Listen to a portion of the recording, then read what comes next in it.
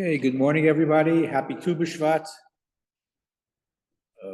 Even though it may be a little bit nasty and wintry outside, in Eretz Yisrael, of course, it's the beginning of spring, hopefully. When I hear from my grandchildren, it's warming up. The winter is over. The Mishnah in Rosh Hashanah describes different Rosh Hashanahs. So I use that expression, Rosh Hashanah. There's a beginning of the year for documents, legal documents, beginning of the year when you count the king's reign and so forth and so on. And there's also what they call a Rosh Hashanah le'ilanot, the beginning of the year for trees. What exactly that means, we'll get to in a moment. And there's a machlokes between Beis Hillel and Beis Shammai as to when this Rosh Hashanah for trees begins. Beis Shammai says it's on Rosh Chodesh Shvat, and Beis Hillel says it's on the middle of the month, Tu B'Shvat, the 15th of the month of Shvat, and we follow Beis Hillel. A lot of discussion as to why they differ. Beis Shammai probably felt, or possibly felt, that since the sun hits the mountains before it hits the valley, and things get warmer on top than they do in the bottom, so that begins at the beginning of the month as opposed to the middle of the month where the sun warms up the valley. So that's, again, the wealthier people lived higher up on the mountain, and the lower economic range people lived in the valley. That might reflect the differences in Beis Hillel and Beis Shammai from a sociological perspective or historical perspective. But it's an interesting machlokas in the Mishnah. The Gemara there explains that it's the time when most of the rain has already fallen. And of course, rain is necessary for crops and trees and so forth. And since the rain has already stopped and the trees can begin to blossom and so forth, and the fruit can come out, that's the beginning of the spring, what we call chanota. Chanota is the sprouting of vegetation, if I use that expression, which takes place where the roots begin to get nourishment from that period of time. There's this interesting discussion. Tosfos is of the opinion that the sprouting of the fruit is attributable to the previous year's rain, which seems to make sense because it's already in the ground and it begins to nurture the roots and so forth and so on. And after this time, from Tu B'Shvat on, then the sprouting is attributable to this year's rain. So the technical discussions based on a machlokas in the Yerushalmi. There's Tzvi Pesach Frank tries to explain the differences between these two opinions when fruit begins to sprout on the trees. The practical difference is only in terms, perhaps, might be apparent in the southern hemisphere, where our winter is their summer and vice versa. That might be a difference. According to Rashi, it's the actual sprouting that makes a difference. So it's based on seasons, not necessarily on the calendar. But the most important observation, of course, is that all of this is irrelevant in terms of where you live, because it's all based on what's going on in Israel. So if you live in Australia, if you're living in the United States, it's irrelevant. Tu B'Shvat affects the vegetation or the trees growing in Israel. The practical relevance, which we'll get to, is in terms of some of the agricultural mitzvos, like Trumos and Masros and Orla and Neta Rabbi. These are very technical halachos which only apply in Eretz Yisrael. And it's interesting stuff. For example, if you pick an esrog, and by the way, esrogim, if you ever saw an esrog bush, it's not really a tree, it's a large bush. Esrogim grow all year long. You have to keep on plucking them off the branches, because if you don't take the esrogim off, they just keep on growing. They'll become like a basketball or a beach ball. At the Yemenite esrogim are esrogim that are left on longer than usual. Most of the time, the esrog, when they reach the size of a softball, let's say, you pluck them and make room for the next, but because they're growing all year long. So if you pick an esrog before Tu B'Shvat, it belongs to the previous year in terms of trumos or masros. If you pick it on Tu B'Shvat or afterwards, then it goes towards the next year's trumos and masros and so forth. But it only applies to esrogin. Trumos and masros depends again on the yearly cycle. As you know, years 1, 2, 4, and 5 of the Shemitah cycle are subject to Meiser Sheni. All right? Years 3 and 6 are subject to Meiser Oni, to help the poor people out. And these dates are determined by Tu B'Shvat. So until Tu B'Shvat, for example, of year 4, then the fruit is still subject to Meiser Ani. So that calendrical change takes place on Tu B'Shvat itself. Another area of significance, and this is an area that we're not too familiar with, and we'll finish the halachic analysis in a moment, but there are two mitzvos that are specific to Eretz Yisrael. One is called, well, it's machlokas, but one is called Orla and one is called NATEP. If you plant a fruit tree or any type of vegetation, the first 3 years that the fruit is produced, it's usur, it's Orla. You can't consume it. The 4th year, after it begins to produce fruit, is called NATEP, which, like Maser Sheni, you have to bring to Yerushalayim to consume. So I just had this discussion with somebody yesterday. They planted an esrog bush. So I said to him, did you write down the dates that you planted the seeds? Because you have to consider it as a machlokus whether or not Orla applies to Chutz La'aretz or not. But when you have an esrog bush, chances are you're not going to see any fruit for at least 8 or 9 years. But the first 3 years that it produces would be Orla if you were living in Eretz Yisrael. If you're not living in Eretz Yisrael, then it probably would not be a problem. But these are the halakhic implications of Tu B'Shvat. There's also a question of Shemitah. There's a whole discussion about the halakhic implications. We can get very, very deep into the reads about Orla and Shemitah and NATEP in terms of esrogim, but that would take us a little bit away from what I want to talk about. Observing Tu B'Shvat as a holiday. Where did that come from? And we didn't say Tachanun and Shul this morning. One of the earliest references, the Gemara does not talk about observing Tu B'Shvat as any type of a holiday. I don't think the Chachomim went around singing Ashkedia Parachat on Tu B'Shvat. It was a day, it was a halakhic boundary line as far as the Tanaim and the Mishnah were concerned, and the Chachamim. But the earliest reference to Tu B'Shvat as some type of a quasi-holiday is referenced in the tshuva of Rabbi Gershom in the 11th century. Rabbi Gershom was the Rebbe of Rashi's Rebbeim, very, very important personality. And all he says is that you can't fast on Tu B'Shvat because it is one of those days listed in the Mishnah where you can't fast. Now, he doesn't mention it's a holiday, just says you can't fast. So it makes it somewhat of a semi-holiday.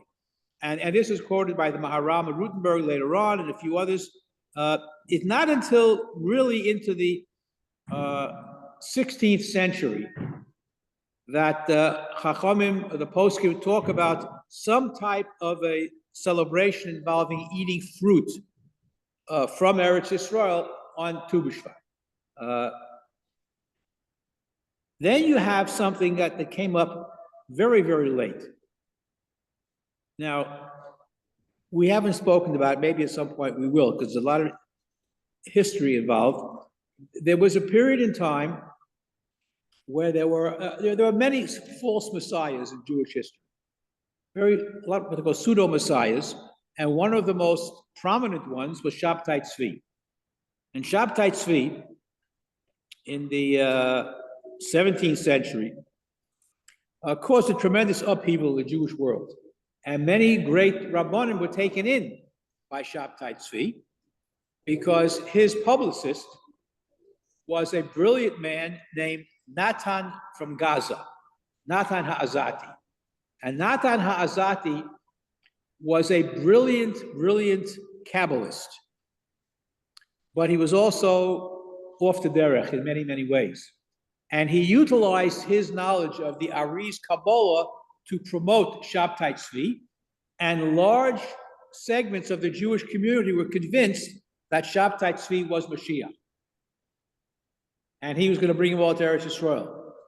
Again, that ended, in the end, when Shabtai Tzvi was forced to convert to Islam, which he did, and that kind of shattered the myth that he was the Mashiach, although there were a number of Jews who followed him and also converted to Islam.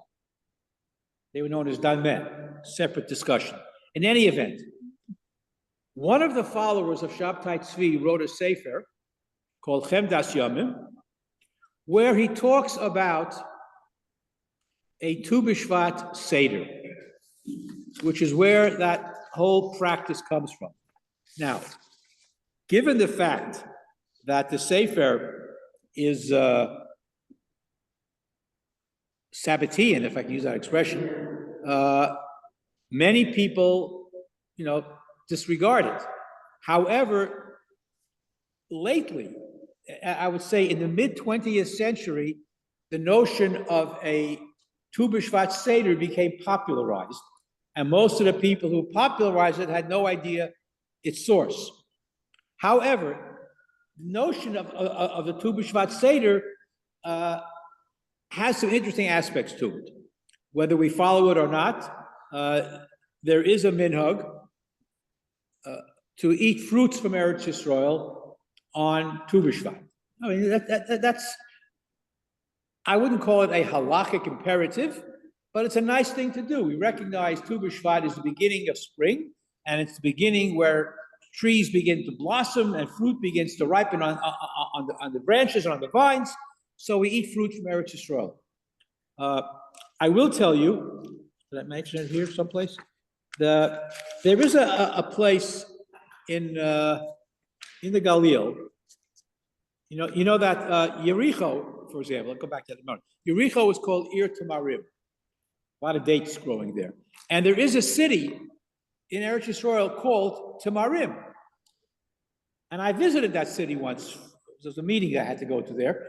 But when I went there, all I saw, I didn't see any dates or figs. What I did see was carob trees all over the place. They should have called the place Cheruvim. Buxer wherever you went. Now, when we were kids growing up, at Tu B'Shvat, everybody got a little bag with goodies in it, and it had this rock-hard thing of carob and buxer. Let me tell you something. Fresh buxer off the tree is very soft, very edible, very tasty. The seeds can break your teeth, but the carob itself is very soft, fresh carob.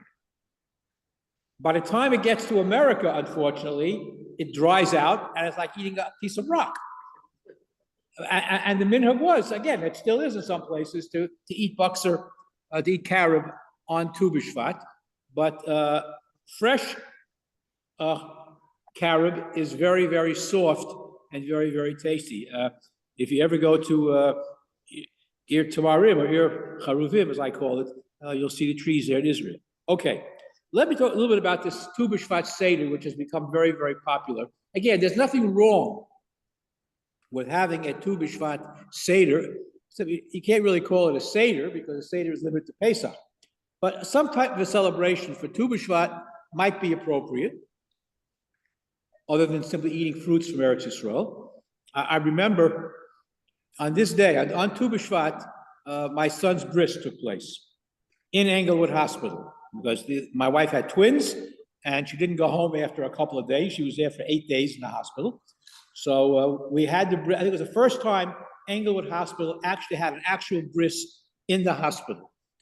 The bris itself took place, you should pardon me, in the abortion room, where there was a separate chamber where enclosed in glass, so which worked out very well, so nobody could get too close to the baby during the bris that the mole was doing. And then the Englewood Hospital boardroom was where we had the Seudah, and my mother-in-law, Shalom, brought all the dried fruits. I don't think Englewood Hospital has ever seen that before or since. But in any event, a Tu B'Shvat Seder involves 4 cups of wine. The Pesach Seder.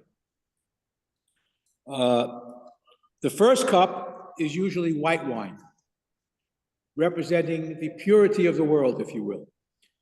The second cup is a mixture of white and red, symbolizing the blending of winter into spring.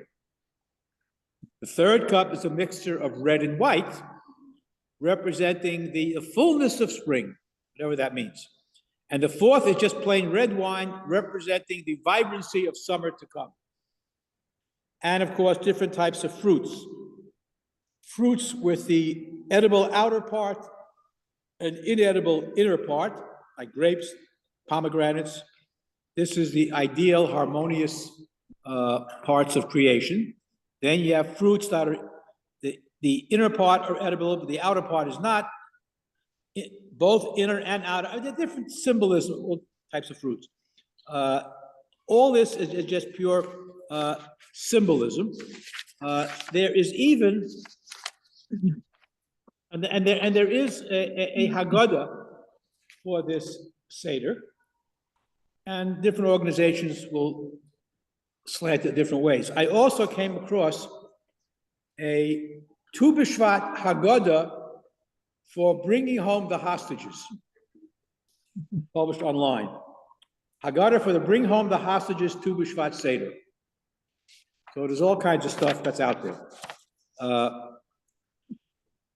What people in Israel do on Tu B'Shvat, those that most people don't have a Tu B'Shvat Seder, some people do, it's a popular thing, but most people use the opportunity on Tu B'Shvat to go out and plant trees.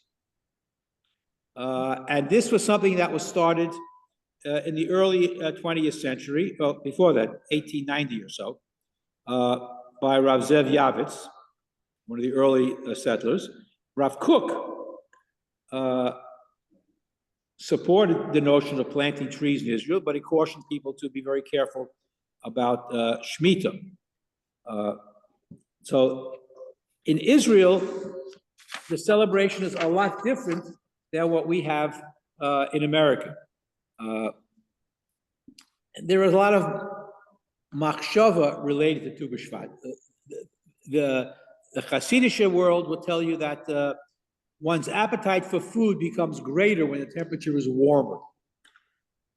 And summer is therefore a struggle with desire.